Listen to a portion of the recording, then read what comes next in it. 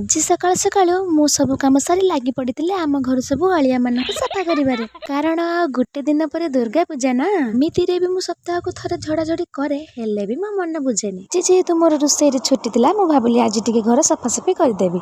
କ'ଣ ଆପଣମାନେ ବି ସଫାସଫି କଲେନି ତ ଦୁର୍ଗା ପୂଜା ପାଇଁ? ଆପଣମାନେ ଭାବୁଥିବେ ମୋର ଆଜି ରୋଷେଇରେ ଛୁଟି କ'ଣ ପାଇଁ?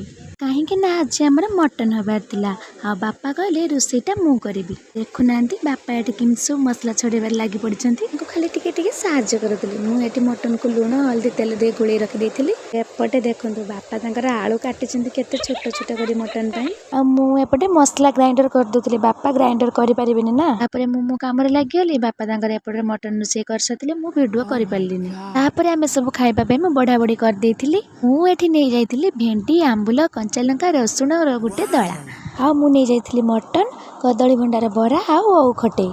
ଆଉ ହଁ, ବାପା କରିଥିବା ମଟନଟା ବି ବହୁତ ଟେଷ୍ଟି ହେଇଥିଲା। ତା ସାଙ୍ଗକୁ ତ ଏ ଦଳା, ଉଫ୍, ପୁରା ଉଠିଗଲା ଭାତ। ଆଉ ଭିଡ଼ିଓଟି ଆପଣମାନଙ୍କୁ କେମିତି ଲାଗିଲା ଜଣେଇବେ। ରହିଲି, ନମସ୍କାର, ଜୟ ଜଗନ୍ନାଥ।